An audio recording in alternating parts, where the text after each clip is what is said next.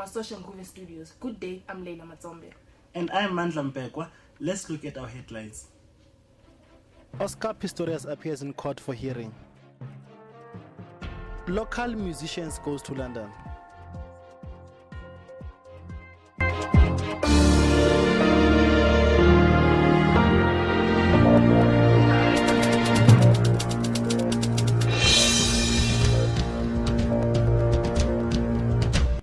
South African athlete Oscar Pistorius appeared in the Pretoria Magistrate Court for his trial since his last bail hearing following the alleged murder of his girlfriend Riva Steenkamp on Valentine's Day. More than 60 journalists filled the Pretoria Magistrate Court as the Paralympic and Olympic track star Oscar Pistorius appeared in court. Pistorius, who is accused of killing his girlfriend Riva Steenkamp on the 14th of February, has drawn fascinations across the globe. The Blade Runner, who is his first appearance in court since he was freed on bail, had his case postponed due to the fact that the prosecution asked for more time to continue preparing its ballistics and forensic evidence. Either before or by August, that the docket will be ready for the prosecution to issue an indictment to the defense, and definitely from there, every process will be followed accordingly as to whether or as to how the defense will keep the of such disclosure of such documents. Coming. It's coming. Okay, don't push, guys. Don't push. Please move back. Don't push. Supported by his family, Oscar looked much better facially compared to his past court appearances.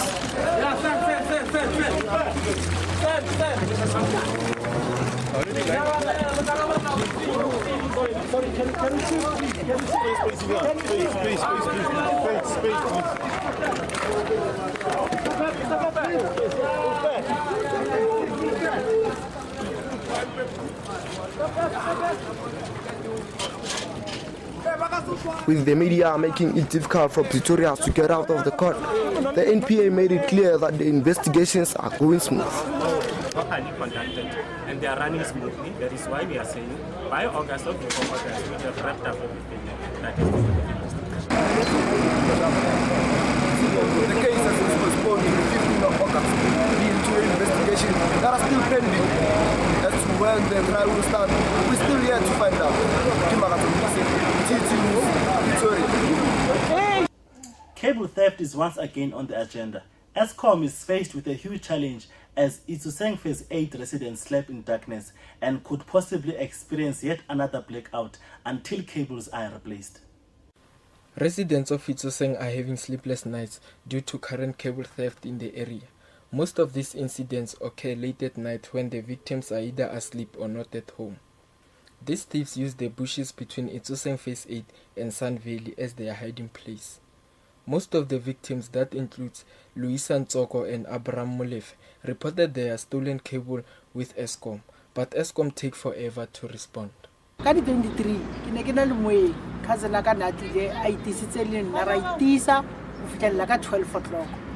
Ka 12 o'clock re fetsa o rapela a ke re le utlile ka mathata mo nna bane le nna ke ya ka borokonyana ka robala he ke re phapara ka 2 o'clock ke bagala le bona ka mo morao le timile ke re le bona ka mo morao wa le timile na ke a emella ke ya ko TV ke re ke tshuma TV off ke tsa phone ke ya ko meter box wa mabona ke a tshuma ke re why mabona ka timile ene ke itse ke loketse mabona ai ke bula harden ke bona thapo ya lekela ne le ka 2 o'clock ka tswa ka lo lampeto ka re ho ka emela re hotse ma khotsele seta freita gore freita ke le kerekeng e go wa kerekeng ka masa ka robala ile furuga 6 o'clock a tsosa ke monna o mantha re mona ba utsitse cable.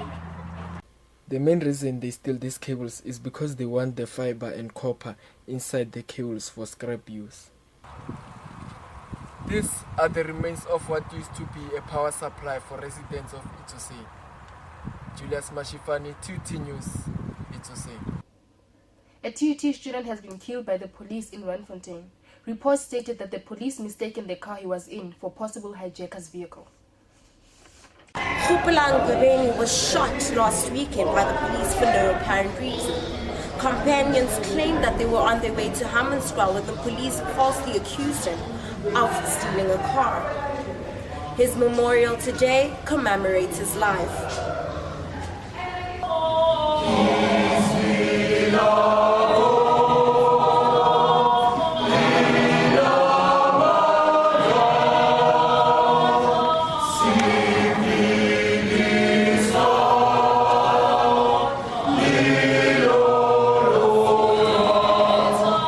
Gobeni family are deeply moved by their son's death and will not rest until they have gotten answers. But now, Pulang, Nanzi ko front seat as a passenger, ko pele. And mabati ha ena sa bule. El ga ba sa khona bule. The time ba bula mabati la ro hata mo fatshe mola. The police la meta 2 bullets. For ing, we don't know. Even now, we don't know why they shot him. I'm still waiting for those answers. And who gave them order that shoot? I want to know who gave them an order that you can shoot this guy and why. If one could describe Khopolang's character in a nutshell, it would be safe to say that he was a people's person. However, his early departure has left a few of his close companions in muted silence. He was a good friend, a passionate person, and we were Aratabat. Then I got a lot of water. Then I was born a Katamana mode.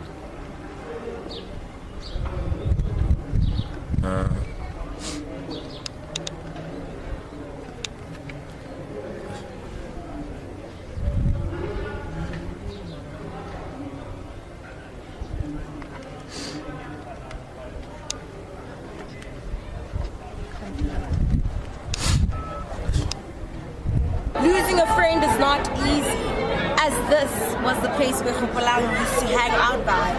Rabbit Mashiko, TUT News, Sasha Ndube. The residents of Tsebe in Mbupane want the municipality to fix the dilapidated roads in their area. They claim that the transport can't reach them because of the roads that are in bad conditions. A DA provincial councillor visited the area and promised the community that they will take the matter to the council. The issue of infrastructure is still a problem to some part of South Africa. The residents of Tsebe are asking the municipality to come and fix this road. This road is between Tsebe and Silo. Cars struggle to use this road because of its condition. David Goes, who is a resident of Tsebe, says people use a long drive to go to hospital instead of using this road.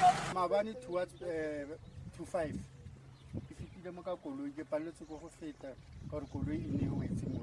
And there are no problem. I have a told you that I put the Bacabara for no Levatoka, but some or Bataconota Mospectre, and Corbata long drive for the Pacific Hospital.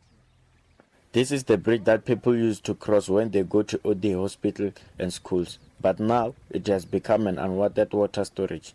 The community wants the municipality to build a better bridge. We want the municipality to remove this dam or it's a river, because most of people, they say there's a snake. Most of 3 kids died in this river. The provincial council of Ward 22, Jacob Peterson, visited the area and promised the community that they will take the matter to the council. This road is dilapidated, as you can see. People, they can't use the road to do their daily activities, especially in the weekends when there's funerals. They can't conduct their funerals. So we as DA, we did come here and we did consult the community. The community did show us the road and they are very concerned. So we'd like to take this issue, we'll take it to council and put it on the table in council and see whether we can get solution on it. But we promise the people who won't let it be like that, we'll try our level best to solve the situation. The issue of infrastructure is still a problem to the residents of Tsebe. Transport can't reach them because of the roads that are in bad conditions. I'm Tsako Mashab, reporting for TUT News, Tsebe. The Department of Community Safety, in conjunction with the South African Police Service, hosted a campaign in Mabopane to empower senior citizens on measures to combat crimes in their areas. It was all smiles on Gogo's faces after they received warm soup in the morning before getting some powerful words from the members of the SAPS. This follows after the Gauteng Premier promised the community of Mabopane that they will return to the community to mobilize and condemn violence against women and senior citizens.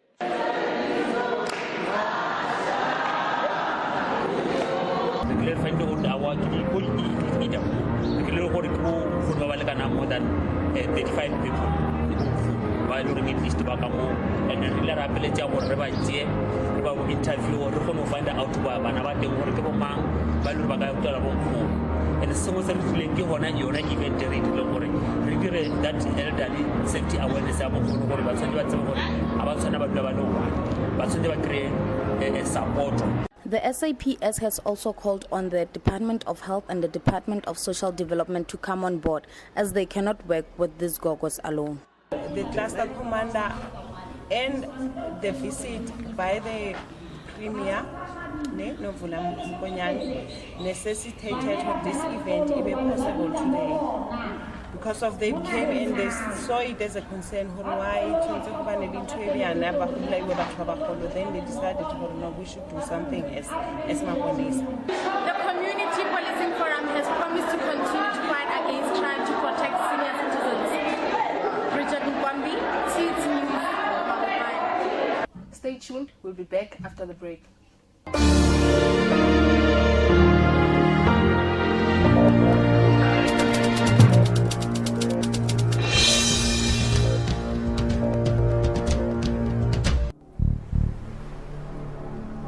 It can be hard to grasp just how bad things are in Syria, entering the third year of a brutal war. Millions of children are paying a terrible price. They are injured and they are dying. They are without homes, without schools, without clean water. The needs are enormous, and UNICEF needs your help. Do you care? I do. Help UNICEF help the children of Syria.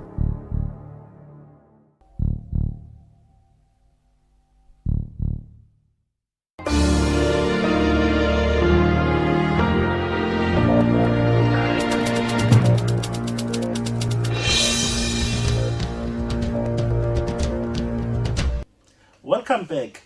The first government co-owned automotive training academy in South Africa is to be established in Rosslyn. The public-private partnership is expected to invest 1 billion in South Africa to double the production capacity. The first automotive academy in South Africa is set to be launched in September. The project by Automotive Industry Development Center in Nissan, South Africa. The lucrative academy will cost more than 1 billion and will create more than 800 jobs. This is what ADC's Senior Project and Skills Development Manager Mohammed Petin had to say. It's open to, okay, let me put it this way, it will be open to everybody, right? Because this is a partnership between the AIDC and Nissan South Africa. It's part of an investment project to enable Nissan South Africa to build a new one-ton bucket right in South Africa. So the first probably 12 to 18 months will be mostly Nissan-specific training happening there. Right? The training academy will accommodate 1,000 learners every year on a variety of training programs aimed at addressing both current skills shortage and improving their technical skills base. Nati Masbugo, TUT News, Rosslyn. Child Protection Week events occur annually during the month of May, but this year the government has taken it to another level by involving preschools in Hammanskraal. The South African Police Service has joined hands with the community of Temba in Hammanskraal to fight against crime, domestic violence and child abuse.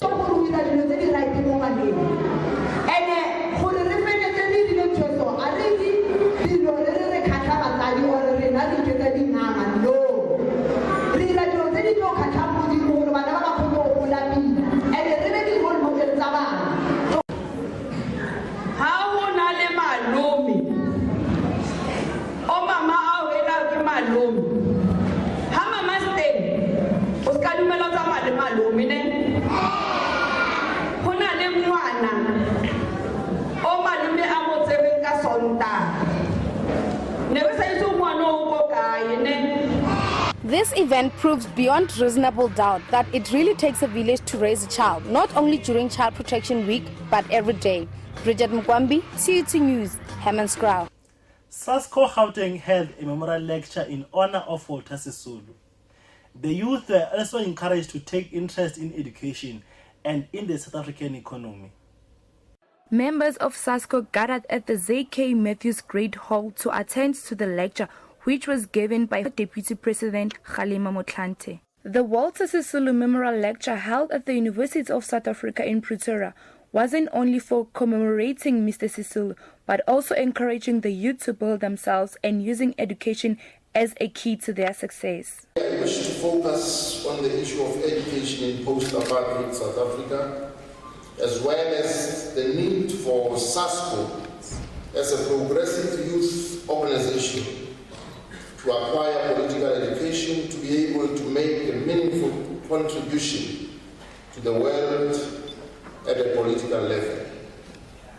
I chose to focus on these two topics because each is worthy of spending much of our valuable time so that we emerge with an even clearer understanding in our task of building a better country.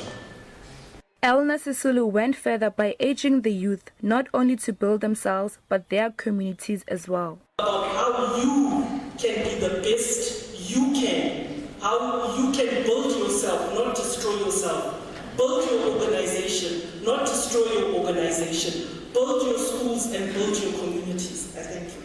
The Walter Sisulu Memorial Lecture comes as no surprise to SASCO members, but to ordinary South Africans, it marks as a special day as it shares a well-known journalist's funeral, Vuyo Mbuli. Furthermore, it also encouraged a lot of students who see themselves as politicians building a united African nation. Tobile Masibuko, CT News, Pretoria. Soshanguve Methodist Church conducted a prayer at Dr. George Mukari Hospital at Garankuwa. The sermon was conducted in order to uplift the patients who were desperately in need of spiritual upliftment.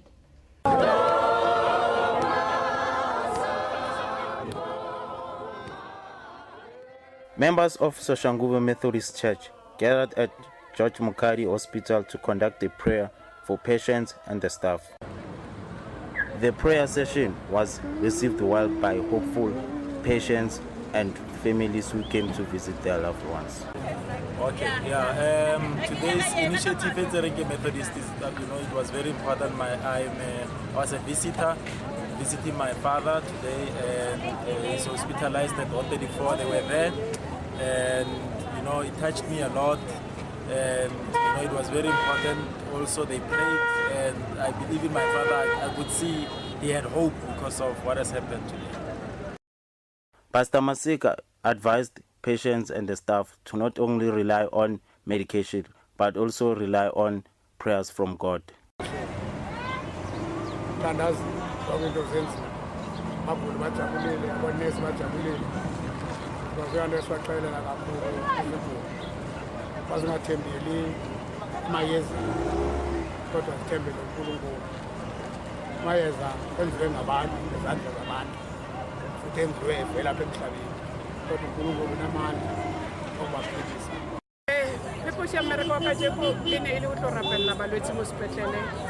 And to say Methodist is there, Methodist is with you, Methodist is alive, and Methodist is working for the community, not only the Methodist members of our church.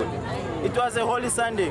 On the 1st of June each year, Youth Development through Investigation and Dissemination of Information, together with YFM and CTA, embarked on a journey around the streets of Johannesburg to dress the homeless. Good afternoon, Dress Jose. Good afternoon. How you guys feeling? Yeah, she's on fire. The campaign is in its second year of existence, and this year's turnout was better than the previous one. Noah Kwao, chairman of YDD and organizer of the event, explains why he and his friends thought of doing the campaign. Really, why we do this is it's winter time, and it's cold and the streets are harsh.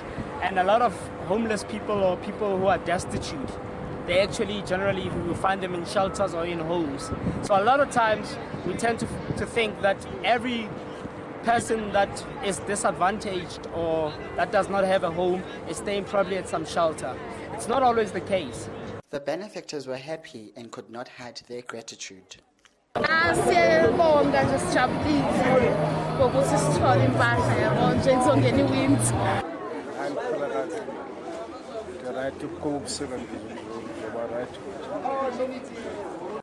Kwao also speaks about the future of the campaign and the plans he has for it from now on. The future plans is South Africa is big. So on the first Saturday of June for the next coming years, we want to have address Josie, address Pretoria, address Bloom. All the youth of South Africa mobilized in their own towns and their own neighborhoods and doing address your town. Tabangwao, TUT News, Johannesburg. A group of students who go by the name of Dynamic Elites raised funds for a children's center. This fundraiser was held at Soshanguve Plaza near Mabopane. The Dynamic Elites were raising funds for Hope Children's Center situated in Block H to help with the food supply they need. We were given Hope Children's Center as our client. We're working with that center. It's situated in Block H. As part of our project, we need to help them raise funds in order to buy food, equipment, and anything that they need. So we are there to help out and to work with hand in hand with the organization. People came in numbers to give a helping hand in the event. Parents brought their children to come and also donate, knowing that painting is a fun activity for them. Some even placed their hands twice. One of the parents donated because she believes that every child deserves a warm home.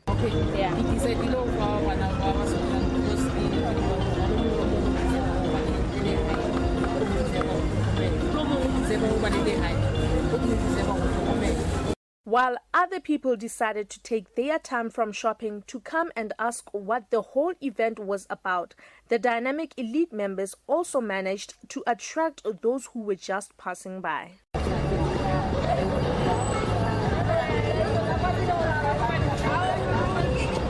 Although their main sponsor dropped them at the last minute, the Dynamic Elites managed to lure quite a number of people to place their hand of hope. TUT News, Social. The South African National Civic Organization, in partnership with Al-Madad Foundation, donated blankets to disadvantaged community members in aid of the cold winter conditions. The South African National Civic Organization, SANCO, in partnership with Al-Madad Foundation, ventured into winter warm-up program to help disadvantaged people at Soshanguve. SANCO representative said it is their responsibility to make sure that service delivery is provided to their community.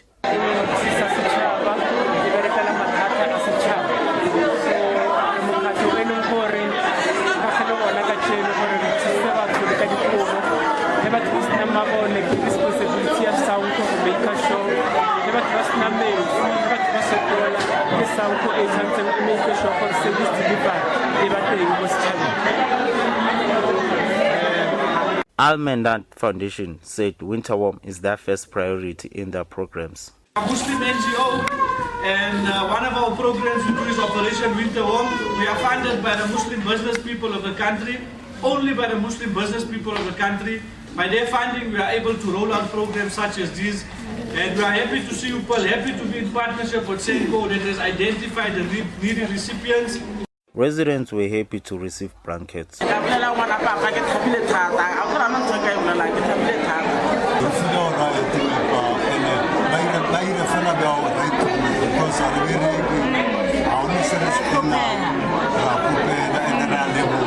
With winter already around the corner, residents of Soshanguve won't have to worry about warm blankets as they receive blankets from SANCO. And let's take a break. When we come back, we'll take a look at the local group that is set to perform in London.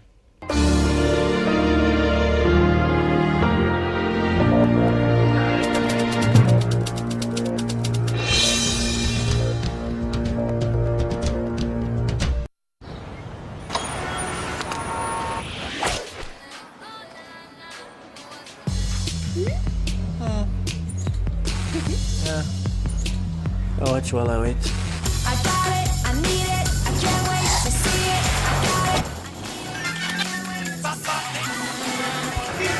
I watch while I'm going places.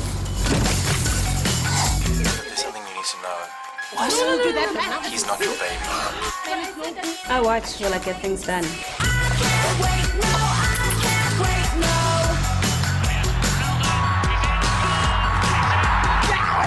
The Walker generation is always watching. With the Walker handheld TV, entertainment is always with you.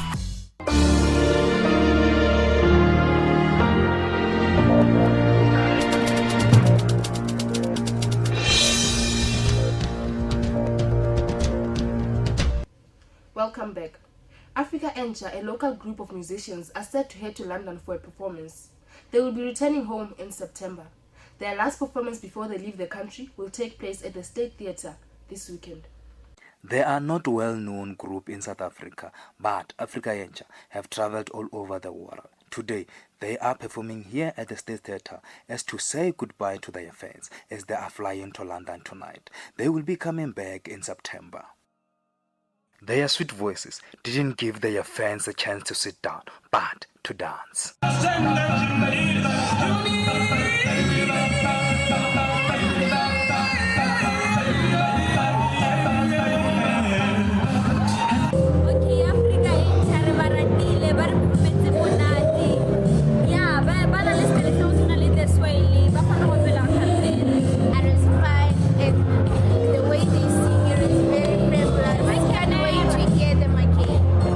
The leading vocalist Jabumolo said it is easy for them to perform locally as they have international experience and they have performed in large crowds. Perform overseas internationally especially it helps us to grow because the experience that you have learned overseas is like wow. Even when we perform here, like we used to perform for the larger crowd over here, so here we are more privileged to perform overseas. These voices are known everywhere in the world. Today, they gave the people of Pretoria incredible performance to say goodbye as they are flying off to London tonight. Little Matakala, TT News, Pretoria. The Pretoria Military Rugby Club has beaten Soshanguve 28-3 in a friendly match played in Tabatwane.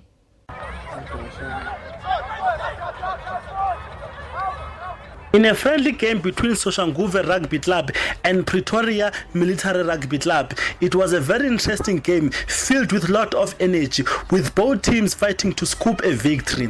The Pretoria Military Rugby Club proved to be the strongest team as they managed to dominate the game from the first half up until the second half, winning most of the scrums. Their hard efforts managed to give them a win of 28-3, with Soshanguve Rugby scoring only a penalty. The most important thing was that both teams really enjoyed the game.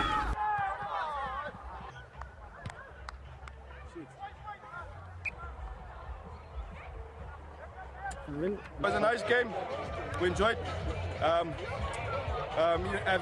Nice runners, nice fallback, but we enjoyed the game, guys. It was very much hectic. We cannot complain about the ref, we cannot complain about anything. It was a clean, fair game. We lost fairly. I believe our team used our opportunities well, and therefore the score. And all the tries that we convert, it was really, we used our opportunities well. As you can see, the game was a very good one, with both teams trying to make a win. Soshanguve unfortunately has lost to a Pretoria Military Rugby Club. Mandla Mpekwa, T2 News, Tabatwane. And that's all we have for you today. Join us again next time. It is a goodbye from our Soshanguve studios.